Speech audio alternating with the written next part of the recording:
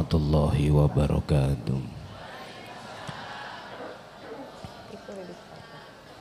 Ila hadratin Nabil Mustafa Rasulillahi sallallahu alaihi wasallam wa ala alihi wa azwajihi wa dzurriyyatihi wa qarabatihi wa ahli baitihi wa ila jami'il anbiya wal mursalin wal awliya was syuhada was sholihin wat tabi'ina tabi'ina sholihina ila yaumiddin, khususon ila jami'i man ta'allama fi hadzal majlis wa ghairuhum sayulillahi lana wa lahumul fatihah. You can make video. From here you can make a video. Bismillahirrahmanirrahim. Alhamdulillah wa bihi nasta'inu ala umuri dunya waddin. Asyhadu an la ilaha illallah wa asyhadu anna Muhammadan abduhu wa rasuluh. Allahumma salli wa sallim wa barik alaihi wa ala alihi wa ashabihi ajma'in, amma ba'd.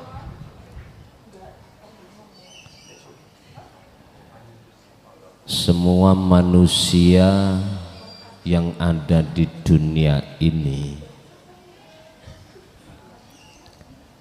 pasti akan menginginkan baik sehat jasmaniahnya, lebih-lebih rohaniahnya. Oleh karena banyak manusia yang hatinya belum mengerti tentang bagaimana cara menjaga kesehatan jasmani, lebih-lebih kesehatan rohani, maka apa yang dimakan oleh jasmani ataupun rohani ngawur. Ngertos ngawur? Tidak tahu mana yang harus dimakan dan mana yang boleh dimakan. Akhirnya baik jasmani lebih-lebih rohani kita jangan heran kalau bermasalah. Kalau sudah ada kandungan penyakit baik jasmani lebih-lebih rohani, jatuhnya kita wajib mencari dokter atau orang-orang yang ahli di dalam bidangnya masing-masing. Istilah bahasa penyakit jasmani, Anda harus tahu siapa yang harus Anda cari untuk memberikan petunjuk bagaimana jasmani bisa sehat, lebih-lebih rohani. Saya garis bawahi bahwasanya kesehatan jasmani itu penting, tapi ada masanya. Berapa tahun kita hidup di dunia? 100 tahun kurang, tak tambah 100, 200. Toh pada akhirnya kullu nafsin dha'iqatul. Lah, Anda juga harus tahu kebutuhan rohani sehatnya bagaimana. Ini yang kekal, baik mulai saat di dunia ataupun di akhirat, rohaniah iki kekal. Ini kalau jenengan salah makan mesti sakit, dan Anda harus cari dokter spesialisnya. Siapa? Ya Tuhan Anda. Itu sebagai dokter spesialis. Oleh karena itu dalam kesempatan malam hari ini kita tidak biasanya kita dihidangkan oleh Allah saudara saya yang dari Kanada akan memberikan beberapa petunjuk-petunjuk khusus terkait masalah bagaimana menjaga kesehatan jasmani. Mungkin namine sampean takoki dhewe. Aku ora ngerti namine. Pun berkenaan dengan itu saya petik dalam surah Al-Qasas ayat 77. Allah bersabda, wabtagi fima ataqallah darul akhirah walatan sanasibaka minad dunya. Raihlah kesehatan ruhaniyahmu, walatan sanasibaka minad dunya, dan juga jangan lupa kesehatan jasmani. Al-Qasas 77 bisa dilihat. Oleh karena itu sudah kami masukkan di dalam satu kitab pedoman kesehatan. Ini yang tadi saya tulis. Al-iltizamu utawi wajibe bil khifadi kelawan ngrekso ala sihatil jasadiyati ing atase kesehatan jasmani.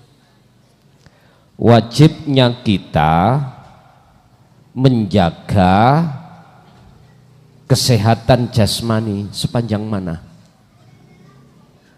Ahammu iku liya ana lebih-lebih min sihatir ruhaniyati, lebih-lebih kesehatan rohaniah Anda. Jasmaniah oke, rohaniah lebih oke. Karena jasmaniah ini kita ada batas umur kita, kalau rohaniah tidak ada batas. Fima ing dalam apa ya ta'allaku kang berhubungan bisihatil jasmaniyah dengan sifat atau kesehatan jasmaniyah. Saufa tasrihu tentang kesehatan jasmaniyah akan diterangkan oleh siapa? As-sayyidu Niken, yaitu ibu Niken minal Kanada saking negara Kanada. Lho jane ono kitab ono ngoten durung percaya sampean. Kamu alamati dunia, status mereka bisa dikatakan sebagai guru urusan kesehatan jasmani. Urusan yang lainnya mempunyai sistem lain, saya tidak bicara. Saya bicara tentang bagaimana sistem beliaunya, nanti Anda sendiri akan tahu. Masalah sing hadir niki nggih pun sepuh-sepuh. Kacilik mangane nggih ngawur ya. Lah ya napa Pak Bu gak ngawur saono PPO pumpung on. Ya udah. Bon. Untuk selanjutnya amalil khifadi ala sihhati ruhaniyah. Adapun sedangkan menjaga kesehatan ruhaniyah iku fayakfika cukup antu hafido en yenton jogo siro ala silati kolbika birobika, jogo hubungan taline ati menyang pangeranmu.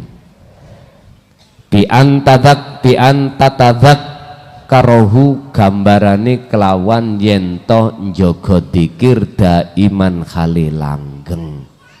Lah niki lho Pak, cukup sederhana kalau tentang masalah menjaga kesehatan rohani adalah jogonen dikiri atimu, taline atimu, hubungan atimu terhadap Tuhanmu di segala hal aktivitas.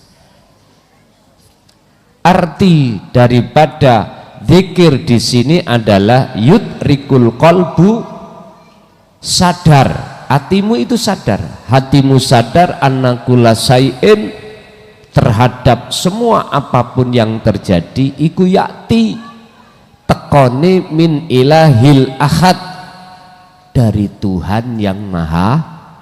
Sederhana toh, ati kudu sadar merasakan bahwasanya segala hal apapun itu yang mendatangkan adalah Allah subhanahu. Loh penak toh, gak bondo, obatnya ya gak bondo, disuntik ya gak membayar. Lah iki cukup jenengan berzikir dalam segi apapun, sebab nek miturut kula luwih bahaya sakite jiwa daripada sakite jasmani. Sebetulnya semuanya ya bahaya, cuman nek dibanding-banding lebih berat lorone ati katimbang lorone jasmani. Panase srengenge Pak Bu disangga wong akeh, tapi kalau panase ati lah ya wis ana kono. I'lamu annama amwalukum wa auladukum fitnah. Kita itu diuji Allah berbagai macam cara. Kadang ati loro sebab garwa ra mulih-mulih hai bengi iki. Kadang-kadang anak kita diuji Gusti Allah lewat gunung. Kadang-kadang ekonomi kita agak seret, utang banyak, wis ngelompok. Apa solusine? Percaya gak percaya mesti selesai. Wa may yatawakkal 'alallah fahuwa hasbuhu. At-Tolak ayat 3. Jikalau kau ingin semua persoalanmu itu yang rumit, susah, gaplei, ya toh, iku ndang selesai, serahkan kepada Tuhanmu. Terus cara menyerahkan itu piye? Ya dikira, sing dikir tak maksud di depan tadi. Jadi hatimu nggak ada niat untuk supaya selesai masalah, tapi hatimu mendekat dan bertemu Tuhan. Pun ngoten mawon gak akeh-akeh. Ya toh? Hati pun niki mengke wonten waktune piyambak sing mungkin anggene sampean ning donya iki penting goleki kesehatan jasmani. Beliaunya nanti yang membidangi tentang hal itu. Kalau saya membidangi tentang rohaniyah, beliau membidangi tentang jasmaniyah. Mungkin bagaimana beliau sistemnya. Ingat, la ikraha fiddin, nggak ada paksaan. Bagi Anda percaya, gak percaya itu nggak ada paksaan. Tapi minimal jenengan yang berumah tangga, lebih-lebih punya anak, lebih-lebih lagi sing loro-loron, ya minimal ben awet nunggu iputu, ya ta, ya wis. Kuno diperhatekno apa petunjuk-petunjuknya nanti. Pun saking kula mudah-mudahan semua apa acara pada malam hari ini Gusti Allah meridhoi, baik secara jasmani lebih-lebih secara rohani, dan menjadikan satu ilmu ingkang bermanfaat. Al-Fatihah.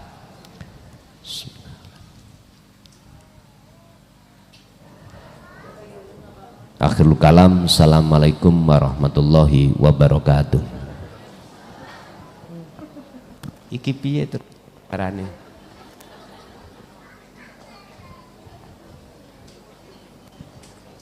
Langsung aja ya, Ibu Niken, kita panggil beliaunya.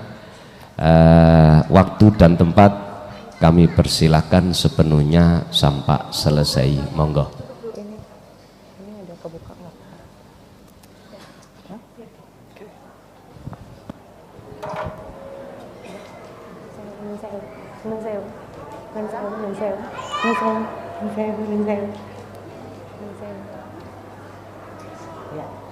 Oh, turun sangat. Wah, matur nuwun. Matur nuwun sanget. Matur nuwun.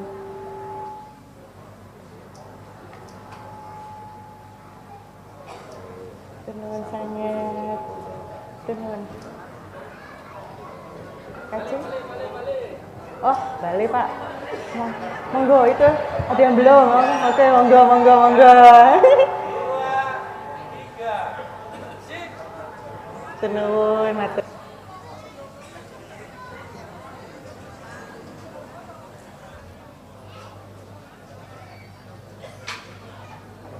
Tes, tes.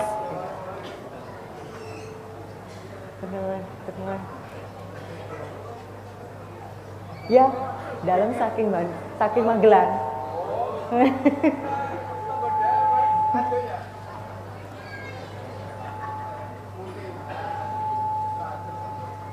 Assalamualaikum warahmatullahi wabarakatuh.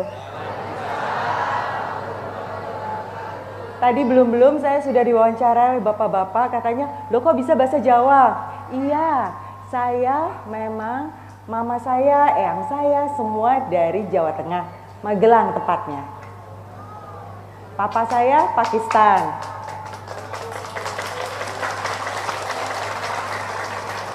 Matur nuwun sangat atas kesempatan yang diberikan kepada saya. Memang saya baru datang dari Kanada, domisili saya di Kanada. Saya baru Jumat kemarin sampai. Ini pakai mic, Pak.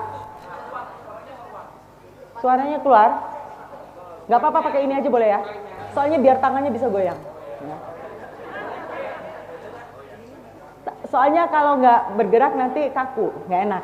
Nggak apa-apa ya, kedengeran kan ya? Kedengeran? Oh, ya. Saya sendiri memang tinggal di Kanada karena saya punya 5 orang anak. Alhamdulillah. Usia saya udah 52 tahun.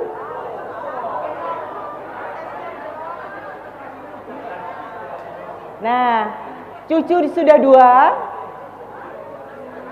Nah, kebetulan anak saya yang terkecil, 2 terkecil, Pangais bungsu dan bungsu, tinggal di Kanada. Dipanggil oleh Kanada. Nanti kita sama-sama belajar kok anaknya bisa pinter. Bayangin, dipanggil dapat beasiswa loh di sana. Ya.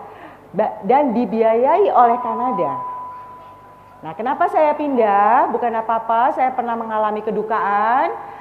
Ditinggal meninggal oleh suami saya mendadak, lalu anak-anak rembukan. Sudah, mama ikut saja ke Kanada. Alhamdulillah sih akhirnya ketemu jodoh di sana. Jangan ditiru dulu, oke? Nanti saya disuruh pulang bapak-bapak ya. Nah, sekarang ini saya bukan dokter. Saya bukan dokter, tapi saya memang banyak sekali membantu orang-orang soal kesehatan. Kalau yang pernah baca buku saya punya buku diterbitkan oleh Gramedia, judulnya sangat jelas, Niken, saya bukan dokter. Ya, kok nekat bahas soal kesehatan? Betul? Bukan dokter, insinyur saya. S1, S2 saya insinyur. Kok nekat bahas soal kedokteran? Karena saya punya pengalaman. Saya punya pengalaman, nanti saya ceritakan. Cuma sekarang saya tanya dulu, siapa yang tahu kontrak kita di dunia ini tinggal berapa lama? Nggak tahu ya. Semua pasti rasanya sehat, segar, bugar. Tapi coba kita intip, siapa yang sholatnya udah mulai pakai dingklik? Banyak. Loh, coba ibu bapak ingat-ingat pada saat kita dilahirkan kita keadaannya sempurna nggak? Kenapa kita kembali kepada Allah dalam keadaan dedel duel? Ayo, dalam keadaan punya penyakit, hipertensi, kolesterol, dan segala macam. Kenapa? Kok nggak sayang sama Allah yang sudah ciptain kita sehat, cantik dulu waktu masih lahirnya, kok kembalinya dalam keadaan sudah dengklang? Ayo, mau nggak dalam keadaan sehat, segar, bugar? Mau. Saya punya 2 pengalaman yang membuat akhirnya saya betul-betul tertarik mendalami soal kesehatan. Dan komunitas saya sudah 6 tahun. Kalau lihat di TikTok, lihat masuk ke komunitas saya, ada yang cancer bisa sembuh, ada yang autoimun bisa sembuh, ada yang katanya penyakit-penyakit nggak bisa sembuh, akhirnya bisa sembuh. Gimana sih ceritanya? Nah, yuk kita sama-sama lihat kenapa. Kita lanjut dulu. Next. Ini saya. Bisa dilihat muka saya paling ujung? Wah, kasihan yang di sebelah sana. Cuma satu ya. Bisa lihat muka saya yang paling ujung? Beda enggak? Itu pada saat saya sakit 2019. Wah, Bapak jangan dilihat-lihat banget, Pak. Orang apa-apa udah tua gitu loh. Ini bukan gadis lagi, tapi kayak gadis ya. Mau? Biar suami lengket terus, oke? Nah, itu saya dulu penyakitan. Saya punya 3 penyakit. 2 autoimun, 1 cancer. Bayangin, saya pernah datang ke dokter dan dokter bilang, umur kamu tinggal 3 bulan. Kayak apa rasanya? Berani ya? Dokternya katanya kendel. Tapi benar, saya waktu itu, nah itu saya ingat sekali, saya pulang dari dokter, saya merasa nggak terima. Lalu saya iseng waktu itu belum ada ChatGPT tapi ada ya Google. Saya Google dan saya menemukan kalau ada treatment terbaru untuk cancer. Nah, namanya adalah autophagy. Saya balik lagi ke dokter. Dok, ini ada nih treatment terbaru. Saya mau yang ini aja. Tapi waktu itu dokternya belum kenal. Udah, kamu tuh tinggal 3 bulan aja ikutin treatment kita. Nggak usah macem-macem. Akhirnya saya nggak terima, saya banyak baca buku yang sayangnya memang bukunya berbahasa non-Indonesia. Jadi saya belajar baca dari bahasa Jerman, bahasa Inggris, saya baca semua. Lalu akhirnya juga ikut komunitas. Dan alhamdulillah bisa berdiri seperti ini. Tadinya saat itu saya kemana-mana sudah pakai kursi roda. Saya udah nggak bisa jalan. Gimana coba bisa sembuhnya? Ini bukan ilmu mengada-ngada. Autophagy yang tadi saya sebut itu menang Nobel. Tahu kan ya Nobel? Nobel itu suatu penghargaan tertinggi yang kebetulan untuk kesehatan menang Nobel. Tapi sayangnya di Indonesia nggak ada yang tahu. Karena apa? Karena salah kita. Lah kok salah kita? Dokternya kok nggak tahu kok salah kita? Ada yang tahu kenapa? Kenapa? Ayo. Kita ini banyak banget orang sakit. Kapan dokternya untuk ada kesempatan untuk belajar? Hayo. Ya kan? Kita mau ke dokter jam 7 baru masuk jam 11. Jam 12. Kadang baru sore. Karena kebanyakan orang sakit. Akibatnya dokternya enggak belajar. Nah, yuk di sini tugas saya, alhamdulillah berkenan dipanggil ke sini, boleh berdiri di sini untuk mengajarkan Bapak Ibu, yuk kita sehat. Bisa dari rumah. Nah, next lagi.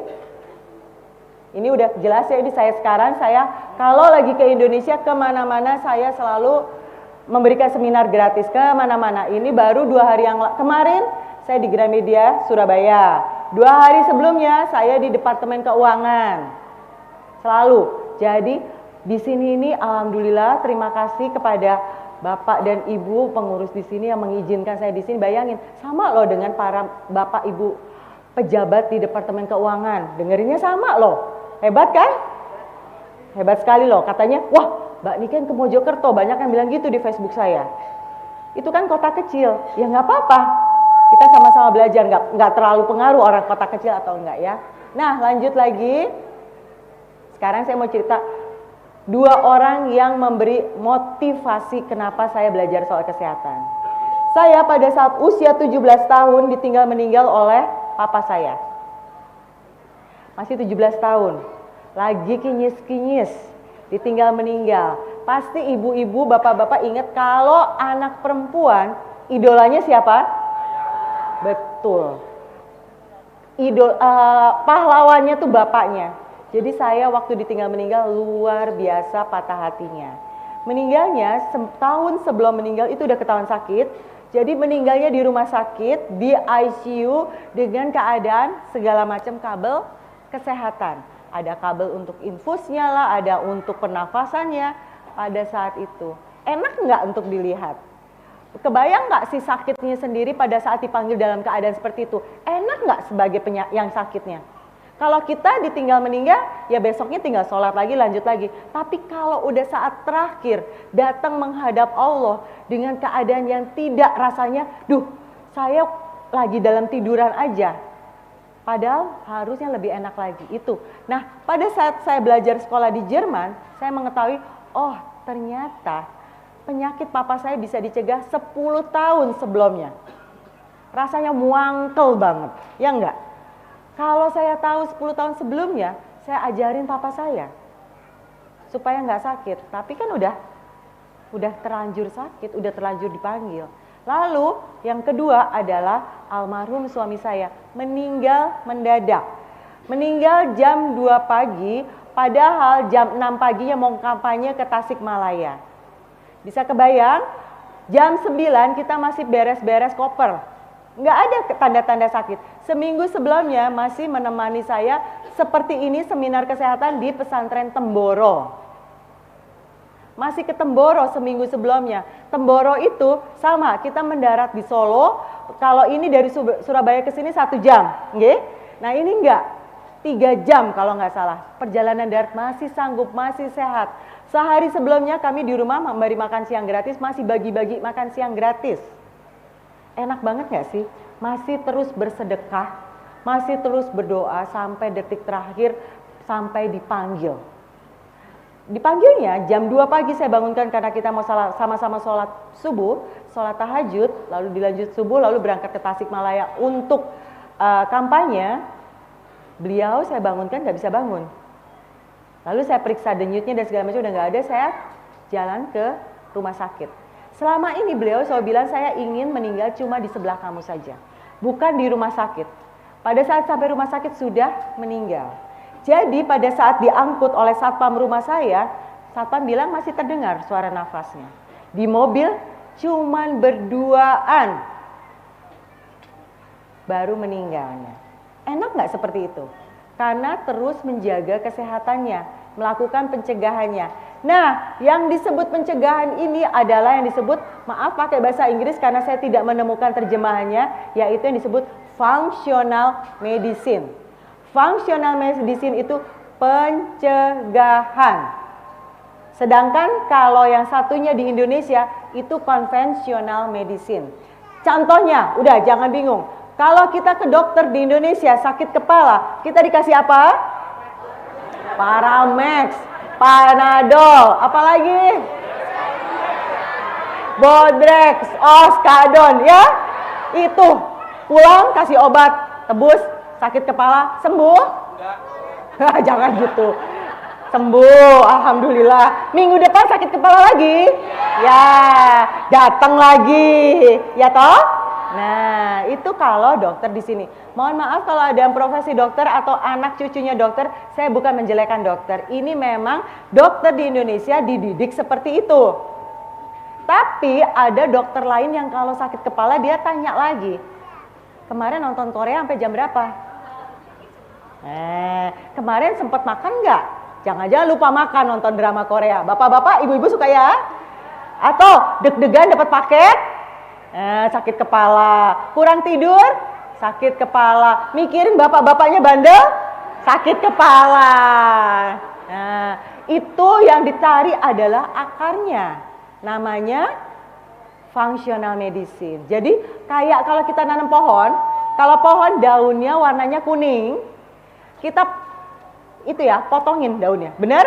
Supaya eto-etoe atau harapan kita nanti tumbuh hijau, benar? Nah itu adalah dokter di sini. Kalau daunnya kuning dipotong daunnya. Tapi kalau dokter di luar negeri di tempat lain itu yang dicari akarnya. Jadi dia gali akarnya, mana nih akar yang bikin daunnya kuning. Akibatnya kalau pengobatannya dari akar, seluruh pohon jadi sehat nggak sih? Nah seperti tadi contohnya, lihat ya muka saya tua banget ya. Sekarang, nah karena diperbaiki akarnya. Mau yang kayak gitu? bisa dari rumah loh.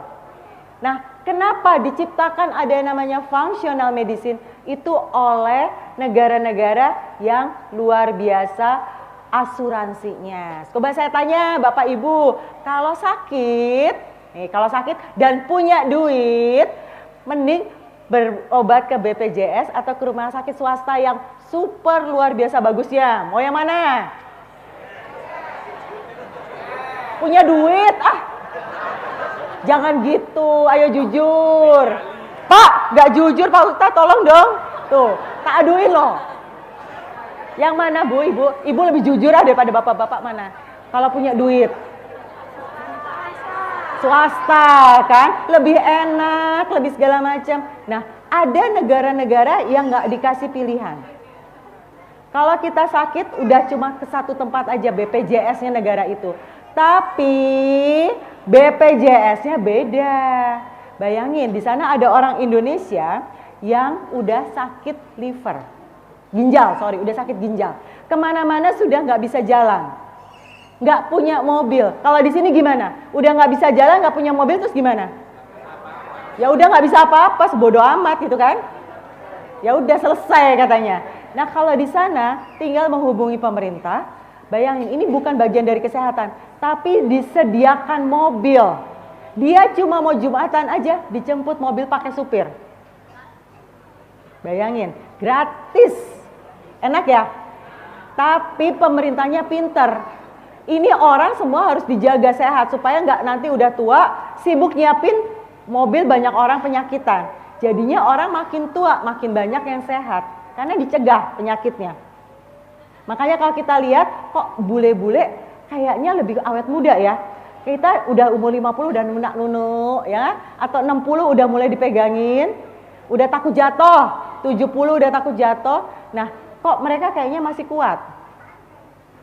Karena itu pencegahan dari rumah. Yuk sekarang kita belajar sama-sama pencegahan. Ya, itu namanya functional medicine. Ini bukan ngada-ngada, ini ada benar-benar kalau di luar negeri diamalkan. Kenapa saya pengen seperti ini? Bayangin, waktu saya sakit baca buku banyak banget. Banyak baca buku, tapi kan sayang kalau ilmunya cuma di kepala sendiri. Jadi bagi-bagi. Nah coba kalau yang pernah ngalamin umur diduga tinggal segitu doang. Pasti setelah dikasih kesempatan sembuh senangnya berbagi toh. Nah, jadi yuk kita sama-sama belajar ya. Nah, kalau yang misalnya nanti ada pertanyaan, ini karena banyak sekali pesertanya, bisa misalnya lihat saya di TikTok, bisa tanya di sana. TikTok saya Niken Tantio Sudarmono. Kalau nggak punya TikTok di Facebook, itu Niken Indra Damayanti. Nama kecil saya. Ya, jadi sama-sama kita belajar. Lah kok namanya beda? Iya, karena dari dulu saya nggak boleh sama almarhum suami untuk pakai nama pribadi. Almarhum suami takut kalau dikira saya belum punya suami. Jadi saya pakai nama almarhum. Sampai sekarang masih pakai di TikTok. Ya, mungkin tadi ada yang tanya, kok Sudarmono? Siapa itu? Sudarmono betul, wakil presiden zaman dulu, zaman Orba, itu mertua saya. Ya, yuk kita lanjut. Nah, kesehatan itu salah satu yang paling penting, ini banyak tapi nggak usah kita bahas. Kita ini senangnya puasa, ya benar? Puasa Senin Kemis, puasa Daud, puasa Ramadan. Suami mau naik jabatan puasa, anak mau ujian puasa, semua kita puasain. Ada yang berani bilang puasa itu nggak sehat? Iya betul sekali, puasa itu sehat, puasa itu ajaran agama yang mengajarkan untuk sehat. Tapi kok negara kita banyak yang sakit? Apa Pak? Betul, mangannya salah. Ayo ngawur. Ngawurnya kayak gimana? Oh Pak, kalau lihat makan saya ngeri loh, makan saya juga banyak. Tapi kok bisa sehat? Nanti kita belajar ya, makanannya gimana. Jadi kita itu sebetulnya udah dikasih anugerah sama Allah. Kita ini diberi kemudahan puasa. Tahu nggak susahnya saya waktu di Kanada mengajarkan orang-orang puasa? Susah banget. Banyak yang nggak paham puasa itu harus gimana.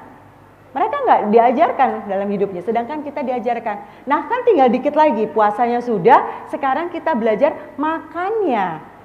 Apa yang harus dimakan? Yuk kita lanjut lagi. Sorry ini kepotong sedikit ya. Bisa balik lagi sebentar. Ini agak kepotong. Nah, kita suka dengar ya sekarang yang disebut dengan stunting.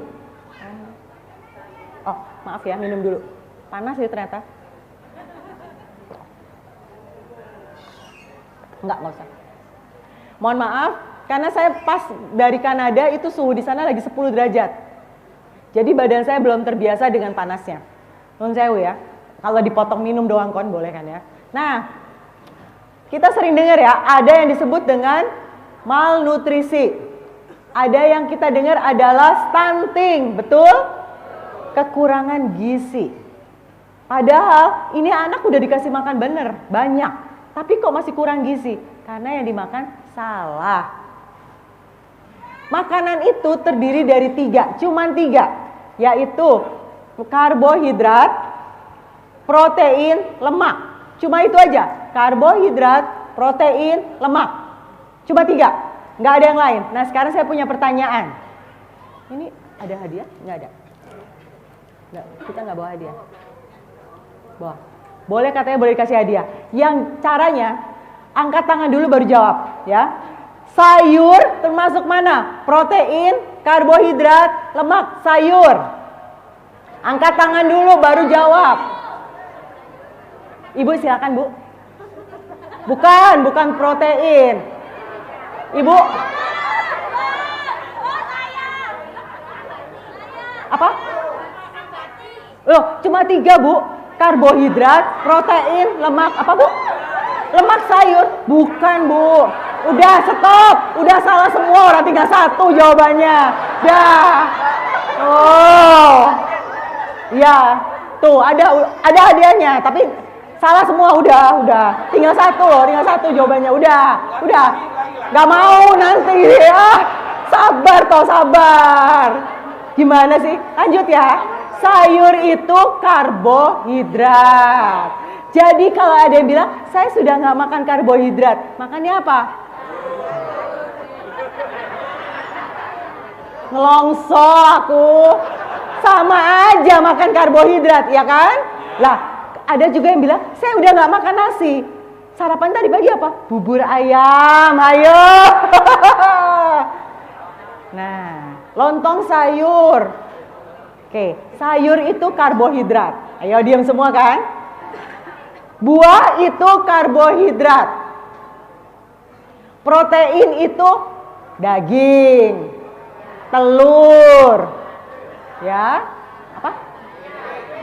Bebek. Tempe, tahu tempe, betul. Nah, itu protein.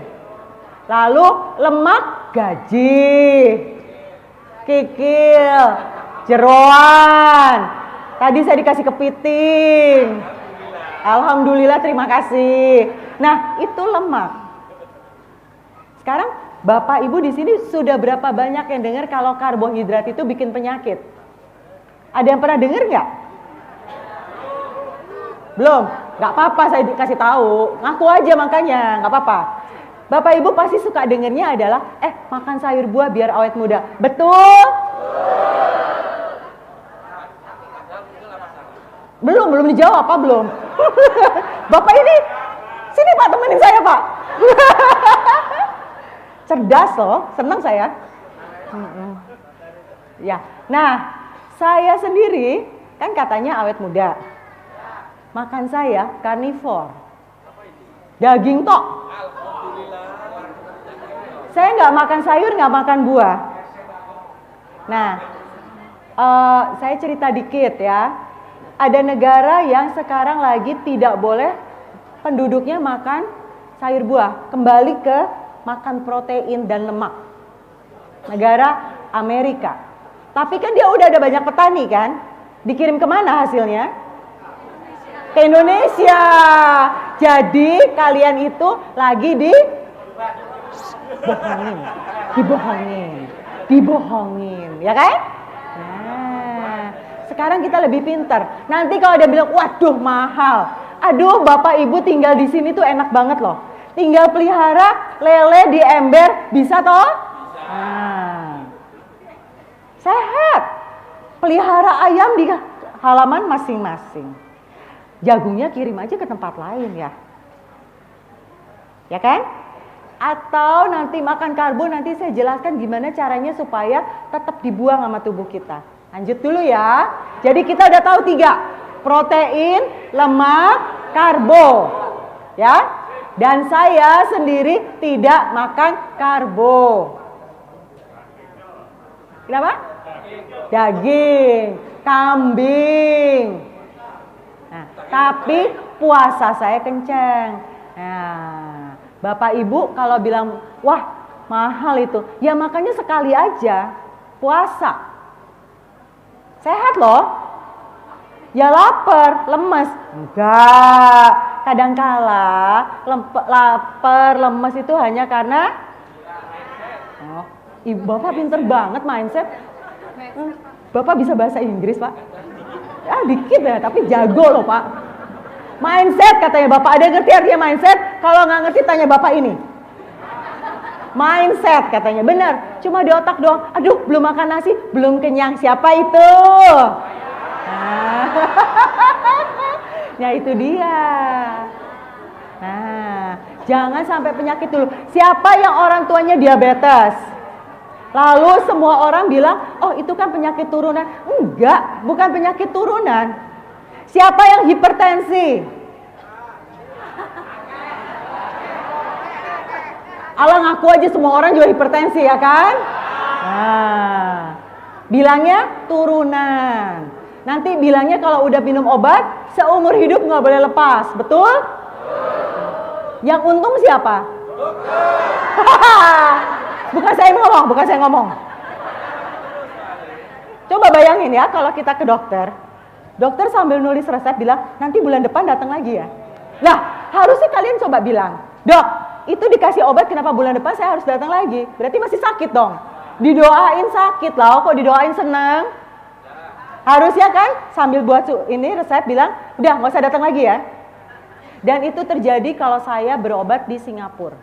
Kalau saya berobat di Singapura, itu dokternya akan bilang, saya waktu itu iseng datang lagi karena takut tumbuh lagi penyakitnya. Dokternya bilang, ngapain datang lagi, kamu kan udah sehat. Disuruh pulang. Bukan dokter kayak di sini. Sebulan kita males, bulan depan datang lagi dimarahin. Gimana sih bulan lalu kok nggak datang? Siapa? Ayo, dimarahin dokternya. Dimarahin sama dokter karena bulan lalu absen nggak datang. Nah, kan kesel. Ya. Ya kan. Pokoknya kita jangan nuduh dulu. Yang penting sekarang kita pinter dulu ya. Ya, yuk kita lanjut. Nah ini ada 3 buah jenis makanan yang tadi saya jelaskan. Protein, lemak, dan karbo. Ini kalau kayak gini nih di luar negeri udah jadi bahan pelajaran anak-anak. Sayangnya di sini belum, nggak apa-apa. Kita sekarang belajar ya. Nah, protein sama lemak itu penting. Karena tubuh kita tidak bisa membuat protein, tidak bisa membuat lemak. Jangan salah ya, jangan bilang, aduh ini kekakean lemak ya. Salah, lemak yang di perut itu bukan lemak yang saya omongin. Kita makan lemak tidak buat tubuh berlemak. Yang buat tubuh berlemak itu karbohidrat. Ya, jadi kalau ngerasa aduh ini sudah mulai gendut, aduh ini kok badan aku kok makin lama makin gemuk, itu coba lihat nasinya berapa piring. Gak apa-apa nasi gak banyak kok, bunikan Indomie. Ayo, kan? Atau jangan salah, diabetes juga banyak yang kurus. Loh, Bapak tiba-tiba kurus? Iya, kena diabetes. Ayo, tersinggung? Sedikit, nggak apa-apa ya? Diabetes kering. Bapak pinter banget, Bapak dokter jangan-jangan. Oh mantan dokter, kasihan. Nah, jadi bisa dibayangin ya, kalau kita makan itu selama ini kita makannya nasi, lemak sama proteinnya dikit. Padahal 2 itu yang dipentingin tubuh. Karbohidrat itu tubuh kita bisa buat. Tubuh kita bisa buat karbohidrat. Pada saat kayak saya 6 tahun gak makan nasi, tubuh saya gak pernah lemes. Karena tubuhnya udah bisa buat karbohidrat sendiri. Hebat ya Allah tuh. Nah, kita tubuhnya bisa buat karbohidrat, lah kok kita tambahin lagi, ya surplus, ya kan? Udah, Tuhan tuh udah nyiptain sesuai, secukupnya kebutuhan tubuh kita si karbohidratnya. Lah ditambahin lagi, akhirnya makanya penyakitan. Ya, jadi makan yang benar itu protein dan lemak. Sayangnya kita ini kalau habis puasa berbukalah dengan yang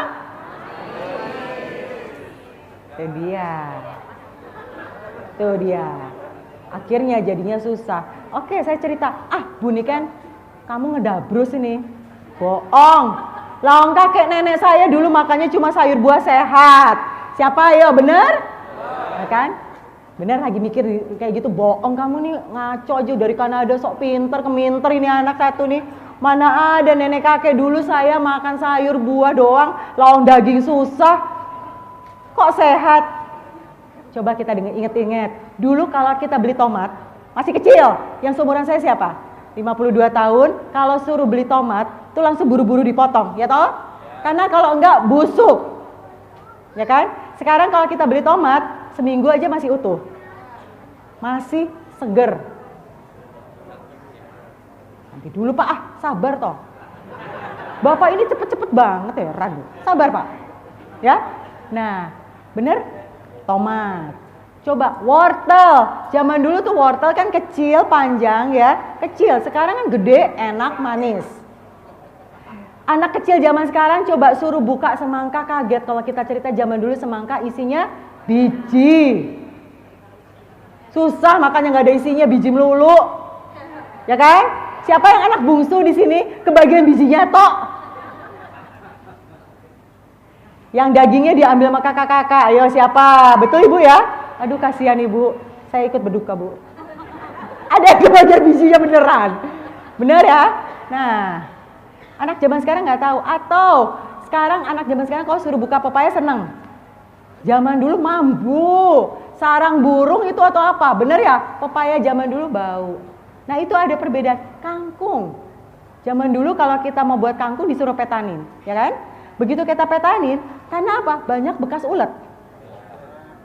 Sekarang ketemu kangkung, wih segere, nggak ada bekas uletnya. Ayo kenapa? Kimia. Kenapa? Pestisida. Lah ada kok yang hidroponik tapi sama aja nggak ada bekas ulet. Ayo, hidroponik itu tahu ya? Yang ditaruh di air. Nggak pakai pupuk kan itu, nggak pakai pestisida, tapi kan sama, nggak kena ulet juga. Ayo kenapa? Siapa yang bisa jawab nanti dikasih hadiah? Angkat tangan dulu. Susah ya, pinter ya milihnya, pada hadiahnya banyak loh. Siapa yang bisa jawab? Bukan pestisida, karena udah terbukti hidroponik. Bapak, iya kenapa Pak? Iya Pak, kimia kan pestisida Pak, bukan. Ya, apa Pak? Kambing. Pupuk organik. Oh, bukan Pak, pertanyaannya adalah kenapa kok sekarang bagus? Bukan dikasih kambing kan? Bukan dikasih tai kambing Pak, bukan. Ayo, kenapa? Iya Pak, kenapa Pak? Hadiah, ye. Berdiri Pak. Biar ada yang bisa ngasih. Monggo. Di estafet aja, tolong di estafet. Ini tim yang saya bawa perempuan, nggak mungkin ke sana. Monggo Pak, berdiri Pak. Ini hadiahnya daripada diambil. Selamat. Betul. Namanya rekayasa genetik. Apa yang sami-sami? Apa yang terjadi? Bibitnya diradiasi. Sampai terjadi sesuatu yang bagus. Apel luar biasa cantiknya sekarang. Semua bagus-bagus. Jadi kalau ada yang bilang kok zaman dulu sehat, karena bibitnya sudah beda dengan zaman sekarang. Mungkin tadi Bapak Ibu ada yang bilang, Nabi makan kurma loh nih kan. Iya, tapi pertanyaan saya, kurmanya sama nggak zaman dulu sama zaman sekarang? Itu dia. Tapi yang masih sama itu binatang. Kambing masih mengembik, bener? Coba rekayasa contohnya. Dulu zamannya waktu masih mertua saya jalan-jalan nemenin Pak Harto, ya kan? Itu dari desa ke desa, panen itu 10 bulan, nggih? Sekarang berapa bulan? Gak ada yang nanya. Diapain itu? Bayangin anak kecilnya dari segini tiba-tiba suruh tinggi. Gak ada yang nanya. Kita makan aja ya. Nah, zaman dulu makan beras itu kan gak enak ya, makan nasi itu gak enak ya, keras ya. Apalagi kalau udah ini sekarang pulan. Apanya? Bibitnya lagi. Ini dia.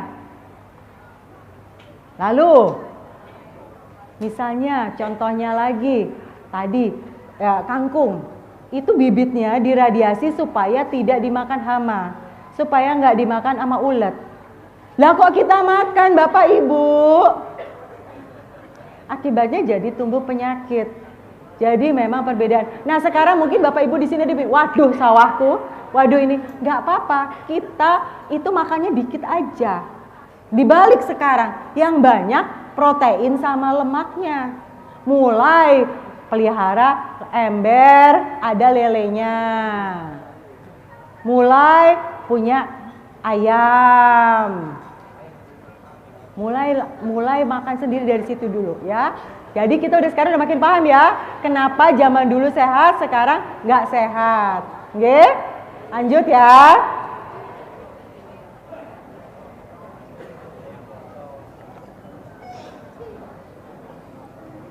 Nah, sekarang ada cerita lagi. Kenapa saya bisa sehat? Ada yang saya cerita tadi menang Nobel tuh caranya gimana? Enggak usah, makasih. Ini enak kok, bagus kok. Cuma ini aja mau. Saya sepatu lagi kalau ada. Nah, kok bisa sehat? Caranya adalah saya puasa. Hebat loh ilmu puasa ini. Tapi saya nggak makan selama berapa lama?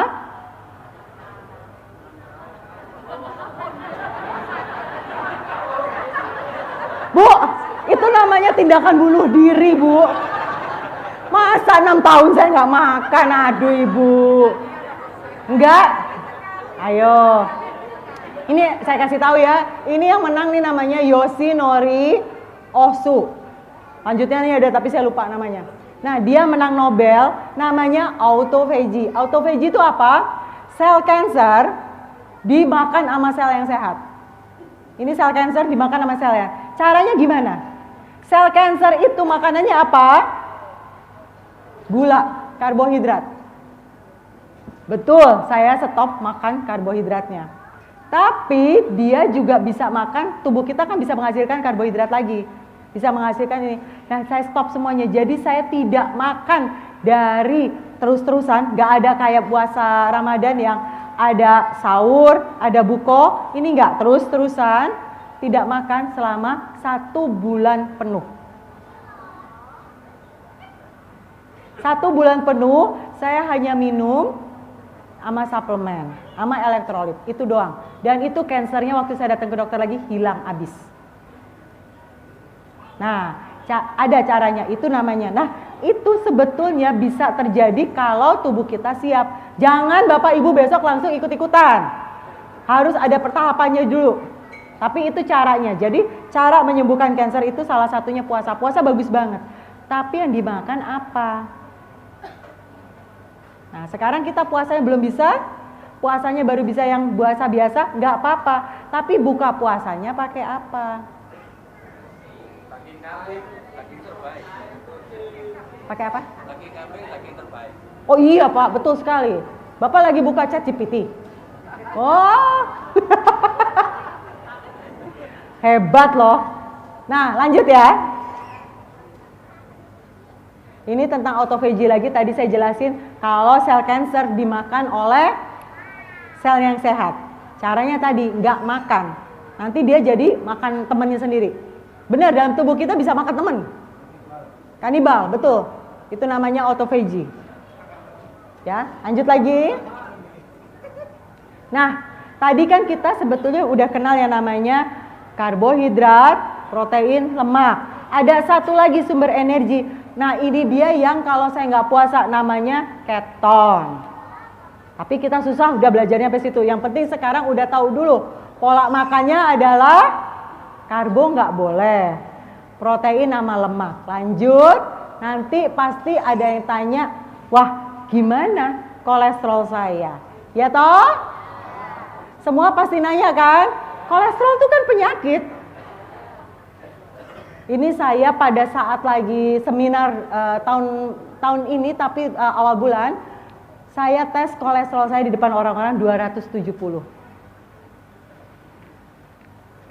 Ayo, kalau kita kolesterol di atas 200, dokter udah ngasih obat. Bener atau enggak itu? Enggak, bener nggak dikasih obat? Bener nggak kita minum? Bener nggak? Salah atau enggak? Padahal saya kolesterolnya 270. Orang kalau rajin puasa kolesterolnya tinggi. Jadi siapa di sini yang sudah nggak makan kambing? Padahal enak toh. Nggak makan jeroan, enak toh. Nggak berani nyentuh kepiting, nggak berani makan yang enak-enak. Tapi kolesterolnya tetap tinggi. Siapa? Rajin puasa ya Bu. Nah itu dia. Pada saat kita puasa, kolesterol kita tinggi, sudah pasti. Nah, hebatlah yang jualan obat kolesterol. Tahu nih Indonesia negara puasa. Terus aja ditakut-takutin kolesterol itu berbahaya. Ini ada bukti nyata loh, masih hidup, nggak ada kelihatan stroke kan ya. 270. Tapi ini pakai alat ini, kata orang, alat itu nggak valid. Yuk kita lihat hasil tes lab saya. Next. Ini hasil tes lab saya pada tahun 2022. Ini kenapa nggak kelihatan? Saya mendekat dulu, maaf bapak-bapak. Lihat, bisa dilihat angka di situ ada 299. Ada angka 242. Ada angka 321. 2022 loh. 2022 saya 321. Kelihatan ada stroke? Nah loh. Ini saya membuktikan kepada para dokter, kamu salah.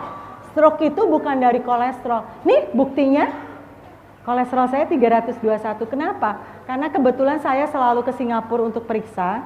Karena di sini dokter sebel sama saya. Ya udah, saya ke Singapura dan setiap melihat hasil kolesterol saya dikasih selamat, bukan dikasih obat anti kolesterol statin, bukan. Disalamin, hebat ibu sehat. Nah loh.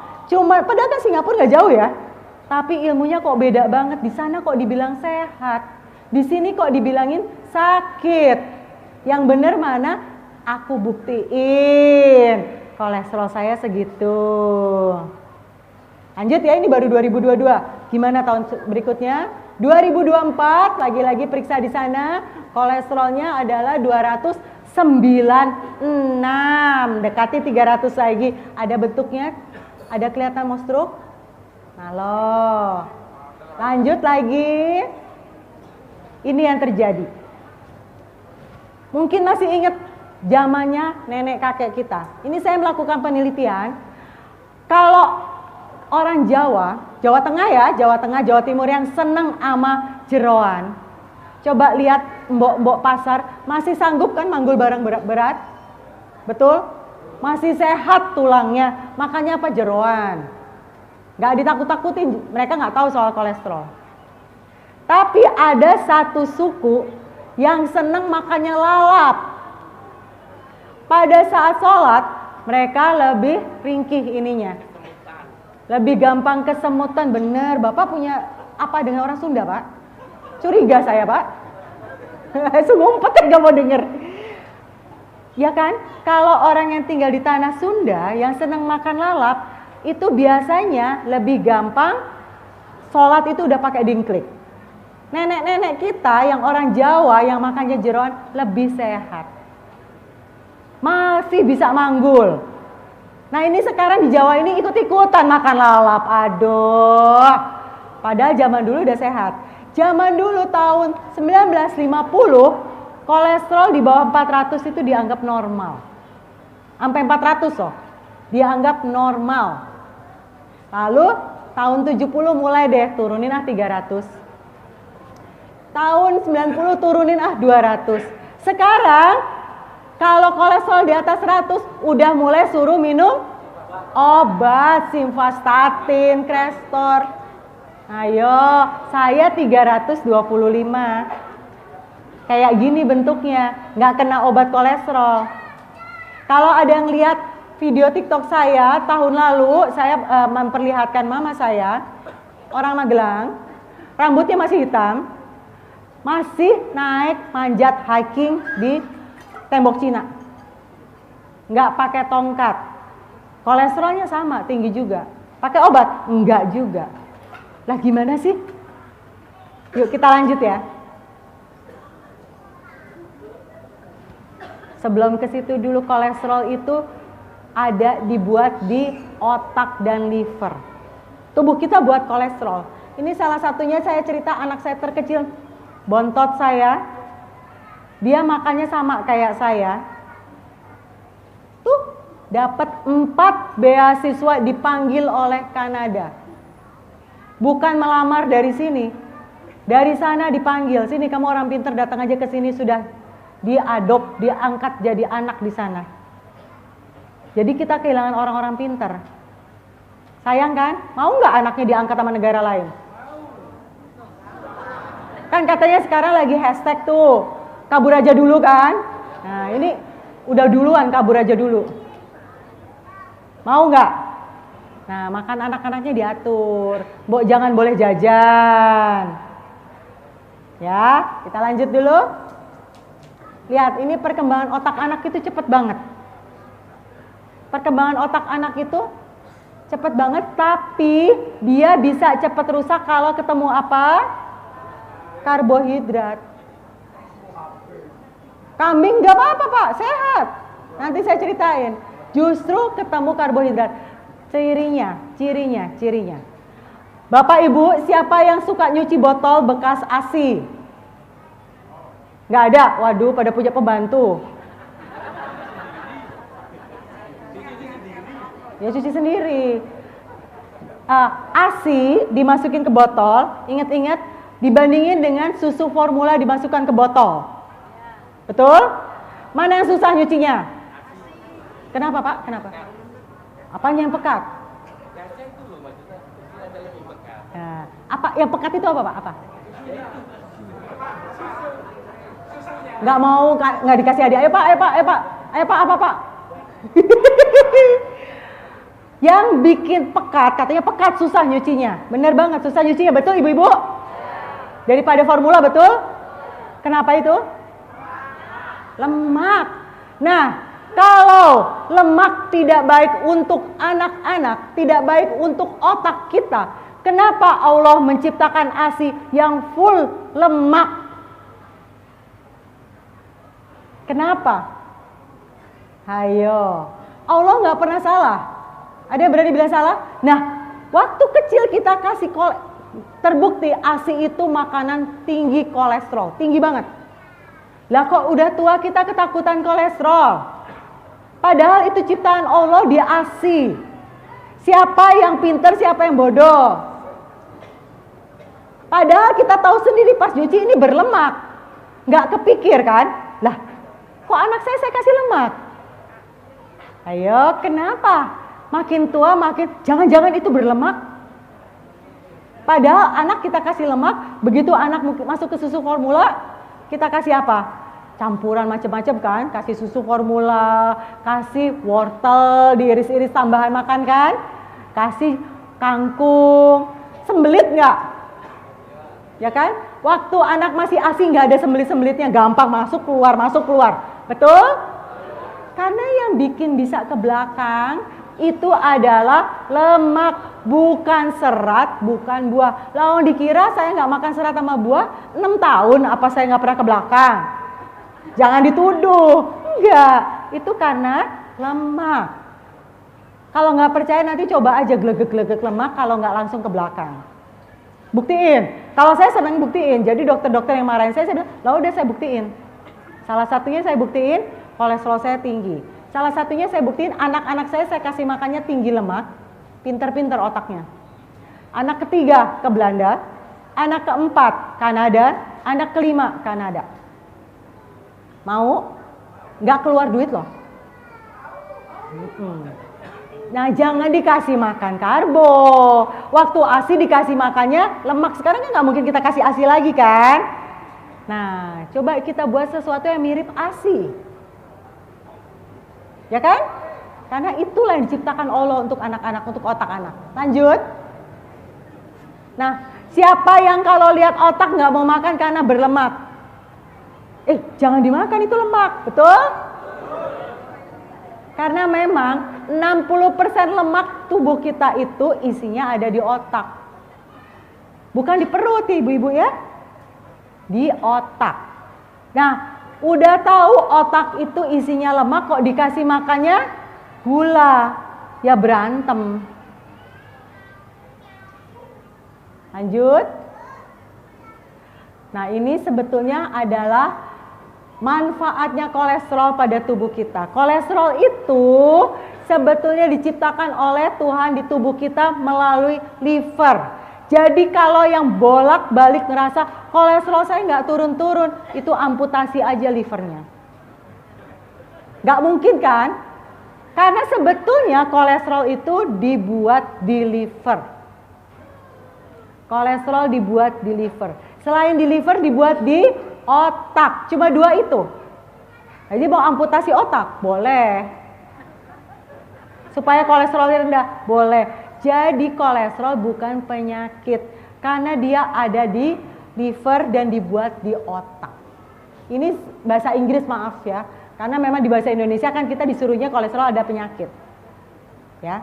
Nah, 25% dari kolesterol itu disimpan di otak. Makanya pinter-pinter kalau orang yang kolesterolnya tinggi. Saya kelihatannya pinter nggak? Kelihatannya. Kan nggak boleh sombong, ya toh? Nah, kelihatannya pinter nggak? Kelihatannya ya. Nah, itu karena kolesterolnya tinggi. Ngeyelan, tapi cantik pak. Syukurin ya, kita bales ya. Kalau ada yang jelek-jelekin kita bales ya. Bapak ini jauh-jauh dari Kanada cuma untuk dikatain ngeyelan. Wah. Kalau nggak nyengel bukan orang Jawa. Oh gitu ya Pak ya, baik Pak. Oke lanjut ya. Jadi sekarang udah mulai belajar baru.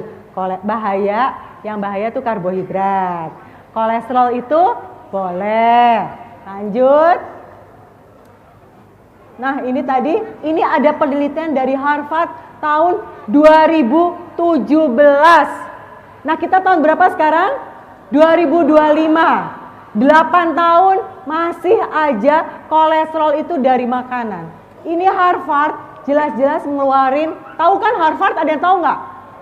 Tahu ya Harvard? ITB-nya luar negeri. Pokoknya pinter banget yang di situ ya.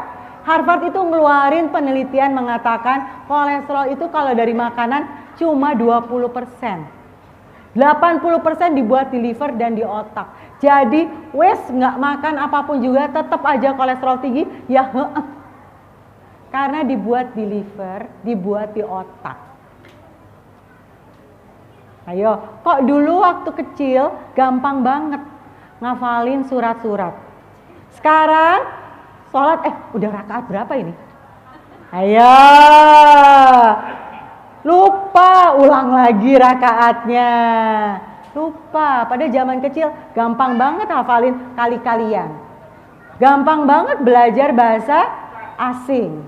Sekarang susah banget. Banyak mikir tanggungan. Kenapa Pak? Banyak mikir tanggungan. Tanggungan? Enggak juga, jangan gitu dong Pak. Saya juga punya 5 anak loh, tanggungan itu Pak, ditanggung semua sama saya. Tanggungan bank itu loh maksudnya. Oh sama Pak, kita semua sama, jangan salah Pak, sama. Bapak jangan curcol kata ibu-ibu di depan sini. Ya, jadi bukan karena kita makin tua, bukan karena kita makin banyak cicilan di bank, bukan. Tapi karena makan kita makin takut sama lemak. Akibatnya mulai pikun, itu salah satu cirinya. Lagi mau ngomong terus tiba-tiba, aku mau ngomong apa tadi? Mau ngomong apa ya? Ya enggak tahu, aku mau ngomong apa? Masuk ke ruangan, Mau ngapain ya di sini? Ayo, masuk ruangan lupa. Kunci taruh mana tadi? Baru keluar rumah, kompor udah dimatiin belum tadi? Ya kan?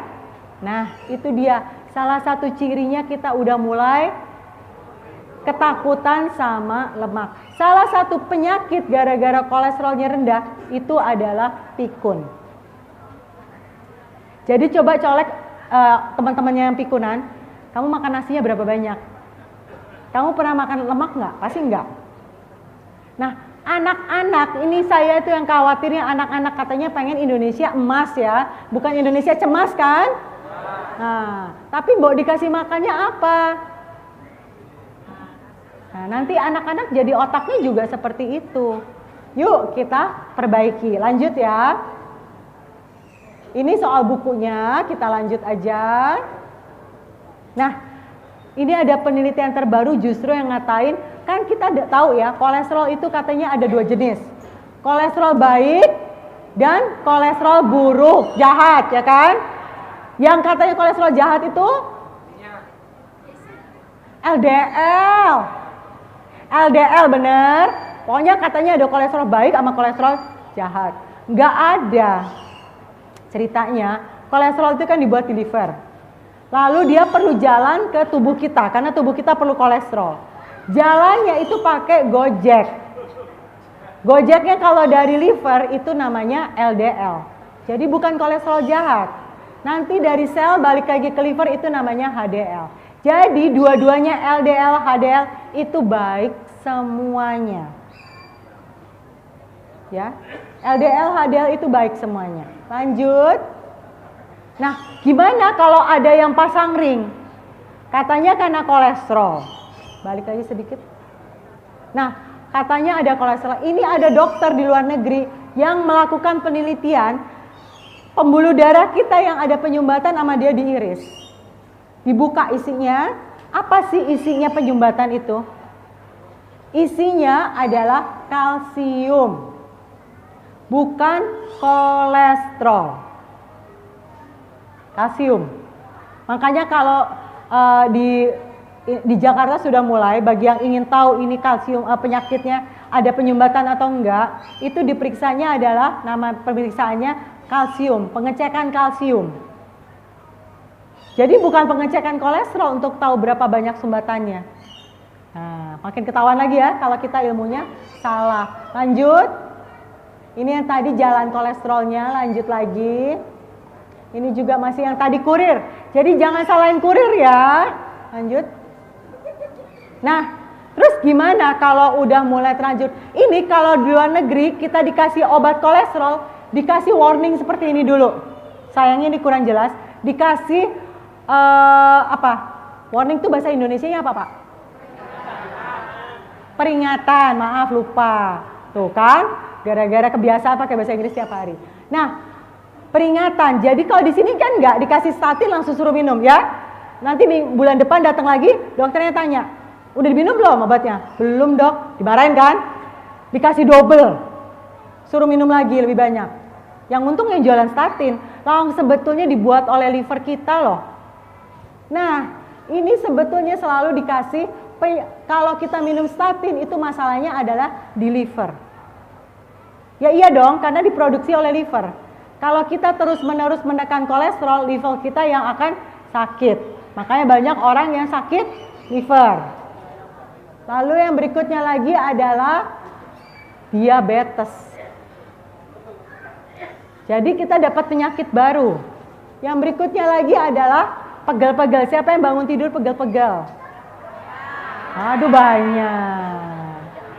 Coba cek minum obat anti kolesterol. Nah, dari situ juga pegel-pegelnya. Lalu mulai pikun. Lalu siapa yang rasanya nguap terus? Duh kalau udah jam 3, aduh habis makan ngantuk. Ayo. Lanjut lagi. Nah, ini juga bahayanya obat kolesterol sampai diterbitin buku loh. Sayangnya nggak boleh diterjemahkan dalam bahasa Indonesia. Sayang sekali.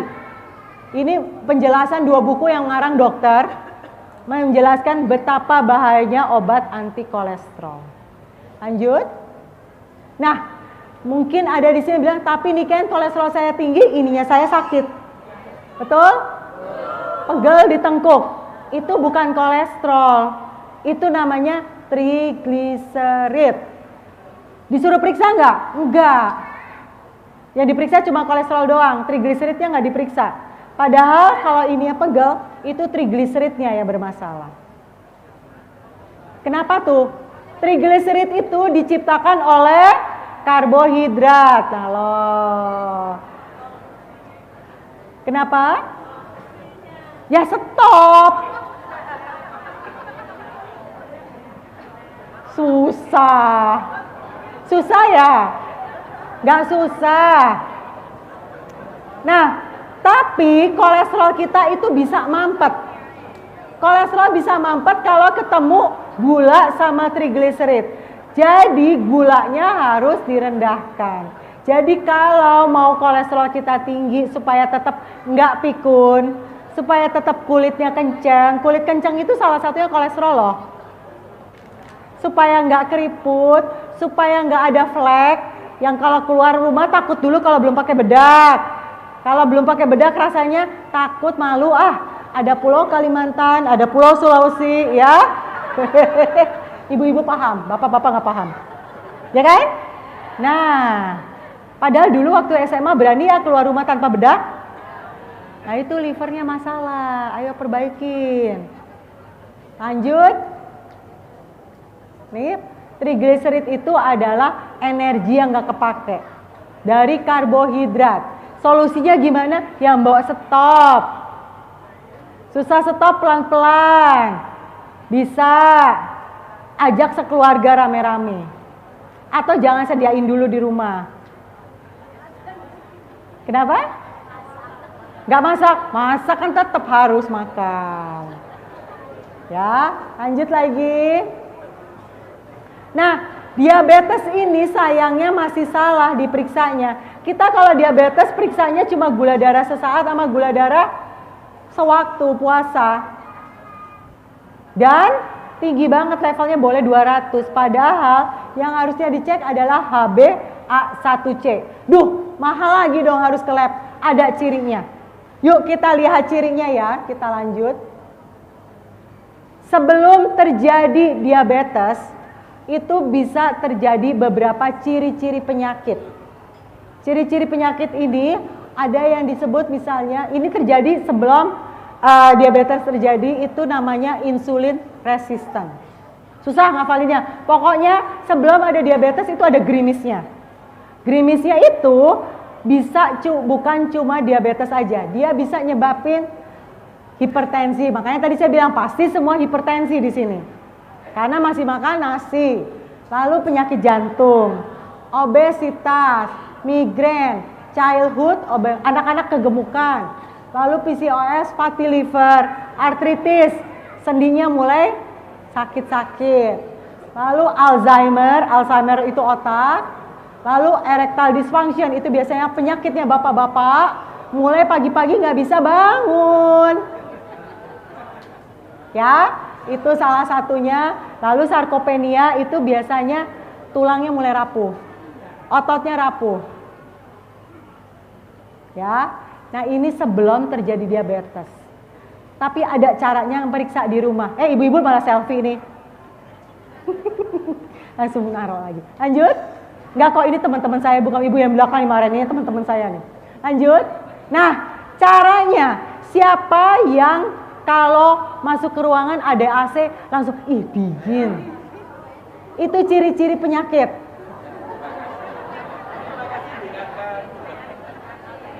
Ayo, karena pada dasarnya manusia itu harusnya tahan dingin. Tadi saya barusan cerita, saya meninggalkan Kanada tuh suhunya 10. Kalau musim dingin suhunya minus. Sampai minus 40. Ada yang mati? Gak ada. Karena pada dasarnya orang tuh harus kuat dingin. Jadi kalau yang sudah mulai gak kuat dingin, itu udah salah satu pertanda tubuhnya mulai ada penyakit. Gampang ya?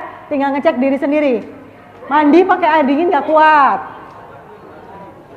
Ayo. Pokoknya nggak kuat dingin ya. Kenapa? Nggak apa-apa, nggak kuat panas itu nggak masalah. Tapi dingin. Ya, jadi nggak kuat dingin. Satu, ya ini bukan dan. Ciri-ciri lainnya. Yuk siapin meteran nanti di rumah. Lingkar pinggang perempuan nggak boleh lebih dari 80.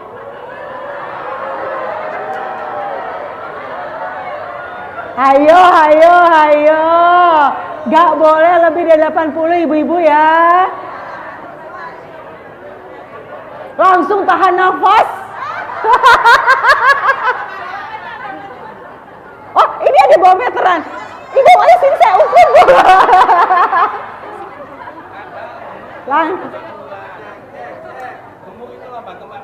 Oh, makmur untuk dokter, Pak. Katanya gemuk lambang kemakmuran. Ayo, enggak, makmurnya untuk dokter. Untuk bapak-bapak nggak boleh lebih dari 90. Belum sampai ya.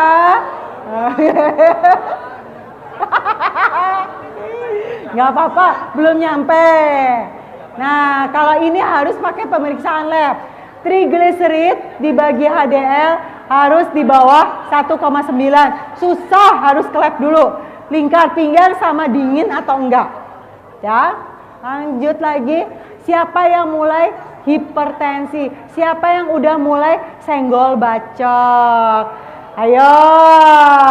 Lagi nonton dicolek, seto. Lagi nonton. Siapa itu yang dulu lemah lembut sabar, sekarang kalau dicolek rasanya pengen lempar sendal? Sopo itu hipertensi. Ayo, itu juga ciri-ciri penyakit. Bapak-bapak siapa yang kalau lagi asik berngelamun tiba-tiba dicolek istrinya rasanya aduh bawel banget toh. Ayo, jujur aja. Kenapa? Lempar sarung. Pak jangan curcol Pak di sini. Curhat. Istrinya siapa? Mana istrinya? Mana istrinya? Waduh, Bu. Si ngendi katanya. Waduh. Salah nanti, ya. Jadi kalau udah mulai pemarah, itu ciri-cirinya. Cara biar taunya, Mbok tanya anak-anak di rumah. Kalau tanya pasangan kan takut, nanti saling padu kan nggak boleh ya. Tanya anak-anak yang jujur. Ibu itu suka marah nggak? Kalau dijawab ibu nanya lagi, itu berarti suka marah. Bapak itu suka marah-marah nggak? Bapak itu lupa ya, baru aja marah. Ayo, itu hati-hati, udah tandanya penyakitan. Mbok kurangin makannya nggak benernya. Lanjut. Ini gula darah meningkat, ini harus cek darah. Ya, agak mahal. Udah, nggak usah. Kalau punya duitnya boleh. Tapi kalau nggak ada, udah. Pokoknya pemarah dulu. Cirinya gula darah meningkat tuh ada loh, gampang. Gampang banget cirinya. Mulai keluar keriput di sini. Nih lihat saya nggak ada keriputnya kan ya. Karena saya nggak makan gula. Kalau ke dokter kulit tuh orang-orang kaya ke dokter kulit, dokternya juga nggak ngasih tahu. Nggak boleh makan gula, padahal gampang banget stop, nggak ada keriput. Ngasih unyu-unyu. Boleh dipegang nanti kalau mau salaman boleh pegang kok, boleh. Ibu mau pegang? Monggo Bu, sini Bu, pegang Bu. Monggo Bu, sini Bu. Sini Bu, nanti cerita ke teman-temannya. Sini Bu, sini Bu. Sini Bu. Monggo Bu, ayo Bu, ayo, ya Ibu, ayo. Monggo Bu. Stop. Stop. Gak boleh. Udah nenek-nenek, cucu 2. Suaminya gula loh. Gimana? Ibu pegang boleh. Monggo Bu. Gak bahaya. Dipegang aja Bu. Masih kenceng gak Bu? Pegang saya bukan ibu pegang.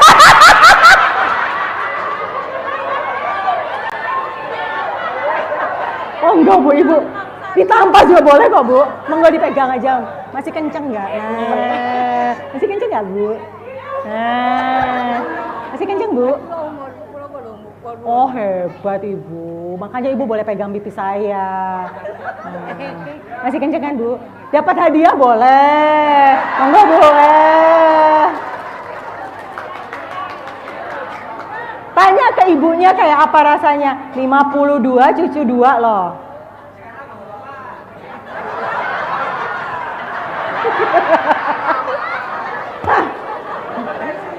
Gimana iki? Ampun. Monggo ini gimana ini? Harus diapain Pak?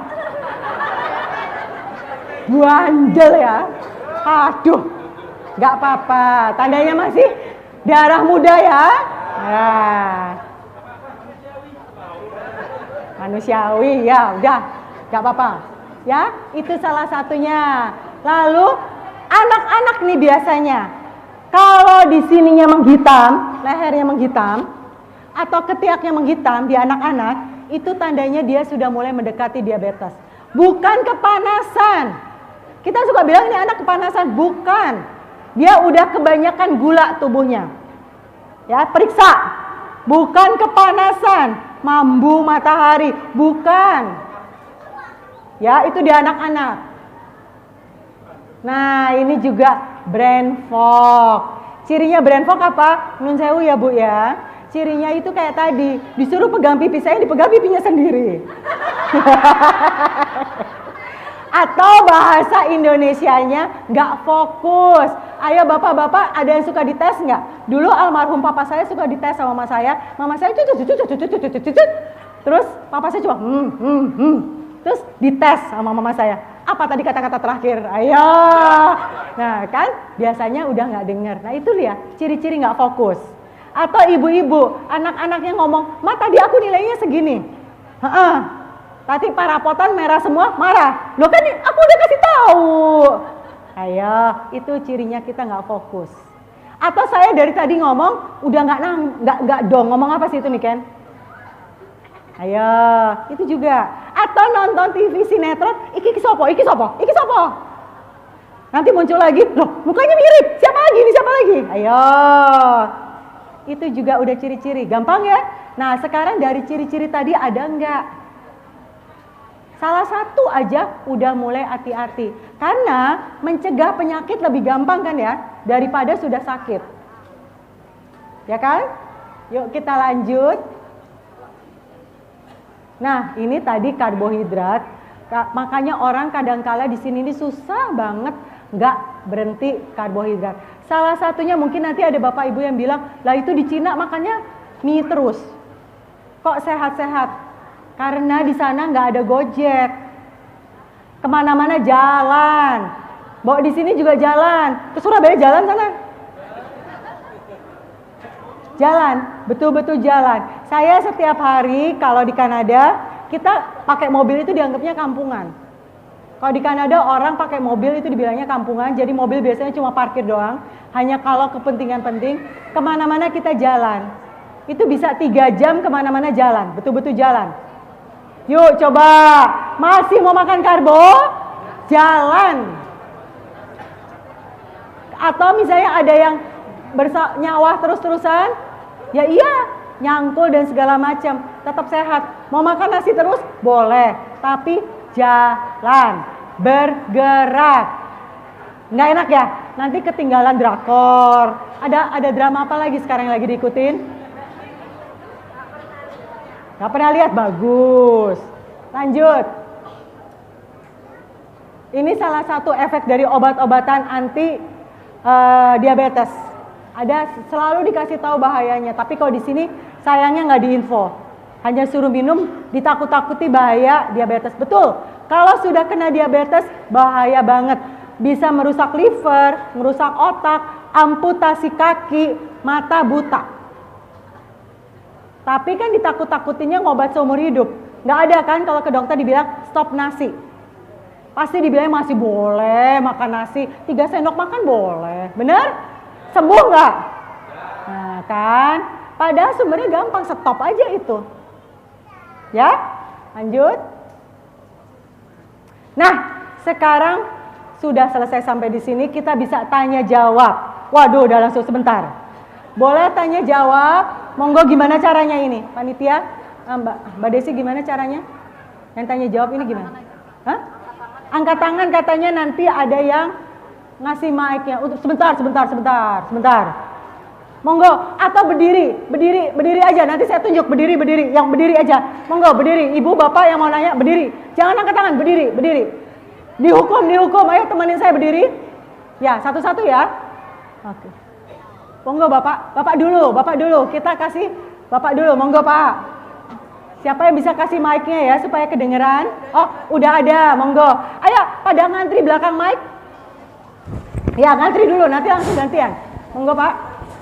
Assalamualaikum warahmatullahi wabarakatuh. Waalaikumsalam warahmatullahi wabarakatuh. Perkenalkan, kami dari Kediri. Mau tanya, Bu. Saya itu punya istri. Itu ada penyakit TBC tulang belakang. Ya. Setelah itu operasi.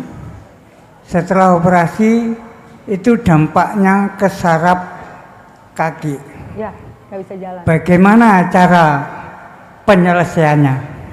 Terima kasih, itu saja, Bu. Terima kasih. Nyensewu Pak, anaknya usia berapa Pak? Cucunya usia berapa? Cucu Istri. belum ada. Oh, ini istrinya. Istrinya. Istri usia berapa Pak? 54. 54. Udah berapa lama terkena TBC tulang? Kalau TBC tulangnya sudah diangkat sejak 2018. Oh.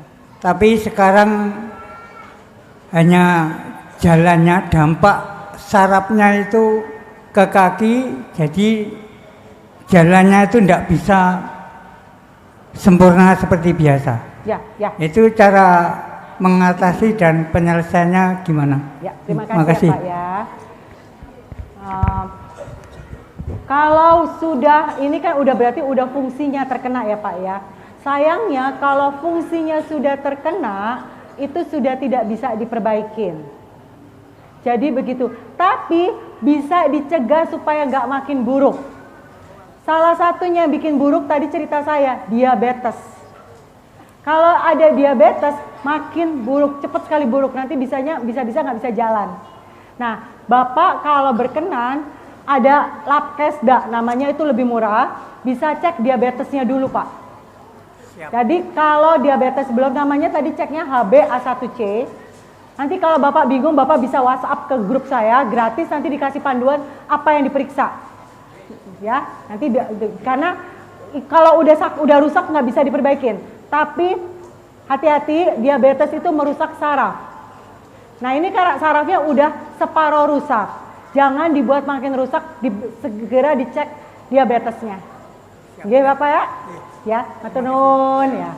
Ya, sekarang bagian ibu-ibu dulu gantian ibu-ibu. Monggo. Assalamualaikum warahmatullahi wabarakatuh. Pak, boleh ke situ? Ya, monggo. Manggilnya gimana ini? Kak Lanjut, ya, manggil lanjut. aja. Ini Umi yang alami ya, untuk Iya. Umi khusus ya. Iya. Umi kan suka kepiting ya Kak ya. Iya. Panggil aja Kak biar suka kepiting ya. Iya. Jadi nasinya itu cuma satu entong ya, tapi Satu centong Bu. sebentar Ya, ya. enggak, saya Ini menekankan. selama 3 hari memang dalam keluarga itu hanya Umi aja yang suka gitu Ya, ya. Jadi selama 1 hari, 2 hari, 3 hari itu mulai sakit di sini. Itu dimarahin anak karena anak saya juga sekolah farmasi, jadi sering dimarahin. Dan sedangkan itu kesukaan Umi, gitu gimana cara menanganinya? Sedangkan Umi suka. Yang kedua itu Umiku suka.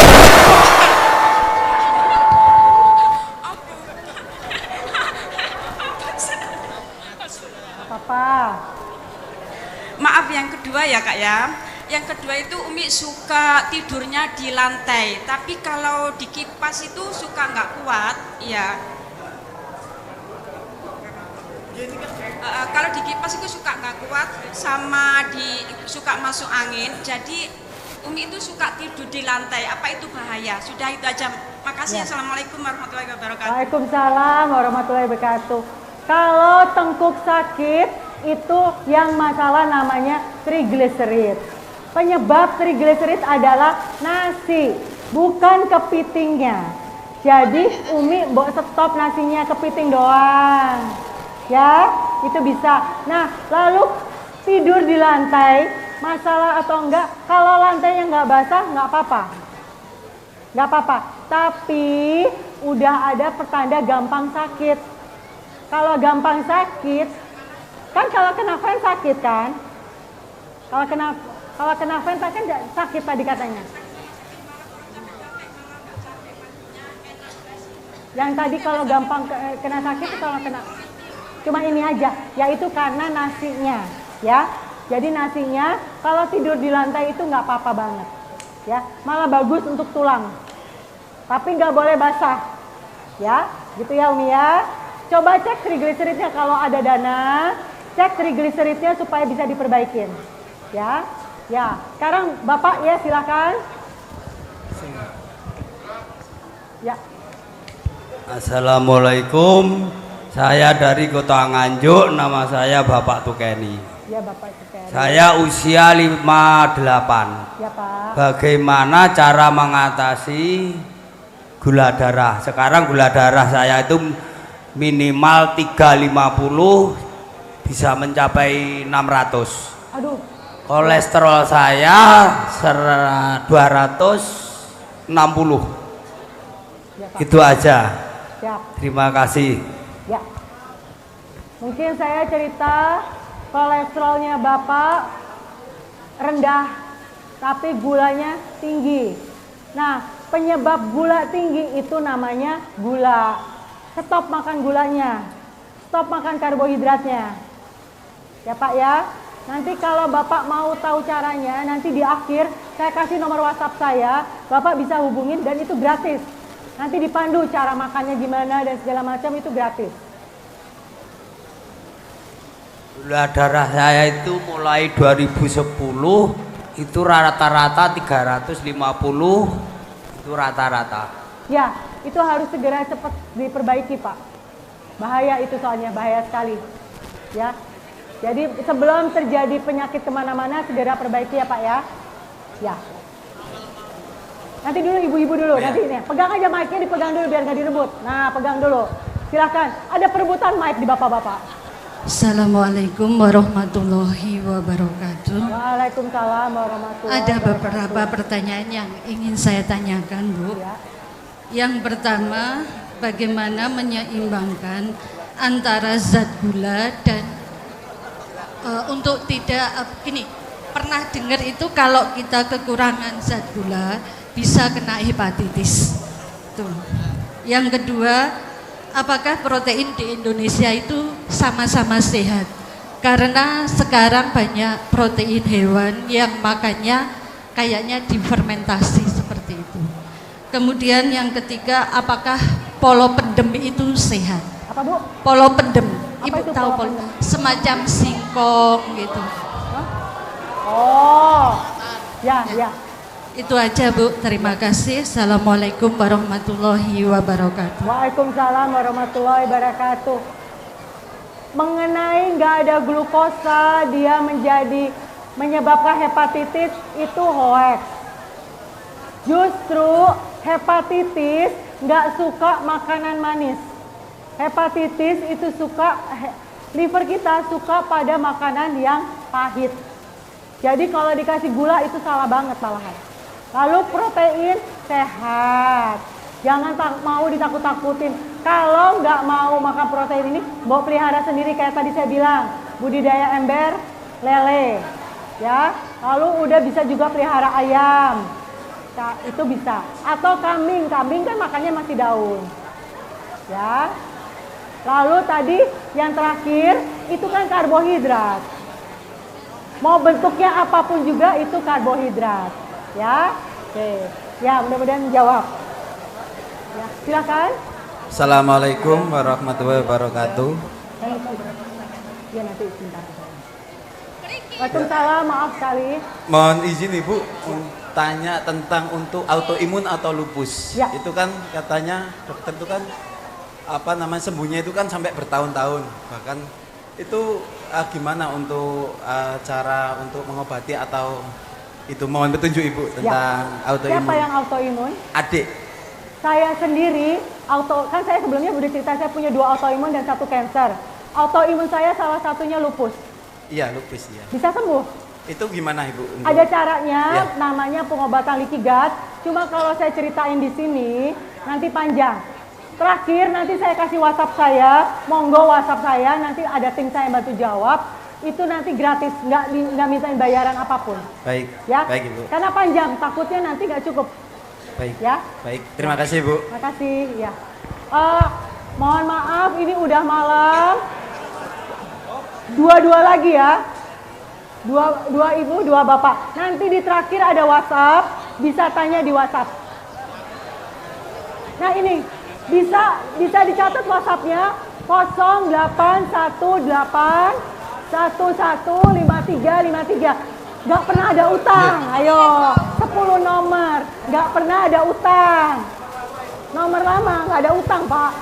10 digit ya. Yuk dua lagi ya, dua lagi. Monggo. Assalamualaikum warahmatullahi wabarakatuh. Ya. Kebanyakan biasanya agensi itu sering tidur malam, nggak bisa tidur. Nah paginya itu sering lemes. Apakah salah satunya itu dari makanan? Terima kasih. Sebentar, tanya dulu. Nggak bisa tidurnya karena lagi ada tugas atau sudah mapan di tempat tidur tapi tetap bangun? Sudah mapan, Terus? susah tidur. Yang dikerjain apa? Nggak ada. Baca handphone. Iya. Nah, handphone salah satunya membuat nggak bisa tidur. Ya, jadi itu sebetulnya udah salah, nggak bisa tidur itu bahaya ke tubuh. Nah, tapi sebetulnya gara-gara coba 1 jam sebelum tidur handphonenya ditaruh. Ya, oke. Terima kasih. Terima kasih. Dua lagi, ayo, monggo Bapak. Dua. Monggo, bisa tolong itu di. Assalamualaikum warahmatullahi wabarakatuh. Waalaikumsalam. Nama saya Junis Woro Ya. dari Mojokerto. Monggo Pak. Pertanyaan saya, pengganti makan selain daging. Pengganti makan selain daging. Tadi kan daging kan, misalnya telur rebus, atau tempe atau apa gitu. Siap. Soalnya kalau daging kan kita susah dapatkan mahal gitu ya. Terima kasih Bu. Kasih. Bapak, daging itu kan bisa ikan. Bapak, daging kan bisa ikan. Bapak Ibu inget-inget ya, tahu tempe zaman sekarang udah GMO. Zaman dulu kedelai masih warna kuning. Zaman sekarang udah putih. Itu bahaya banget. Hati-hati. Boleh, monggo. Tapi jangan pakai nasinya ya Pak ya. Ya. Dah, satu lagi, tinggal Tes. satu lagi. Assalamualaikum warahmatullahi wabarakatuh. Belum. Saya bu. Ibu dulu. Saya bu. Ibu dulu. Assalamualaikum warahmatullahi wabarakatuh. Waalaikumsalam warahmatullahi wabarakatuh. Perkenalkan, nama saya Umi Azam dari Jombang. Ya Umi. Saya menderita tumor jinak Bu di lutut. Ya. Kebetulan pas di sarafnya kaki. Ya. Nah sudah 3 tahun, tapi waktu saya minta operasi sama dokter katanya itu bahayanya kalau dioperasi itu sama sebelah tubuh saya kan sudah ciri stroke ringan ya Bu ya. Ya. Nah itu saya sementara ini sudah capek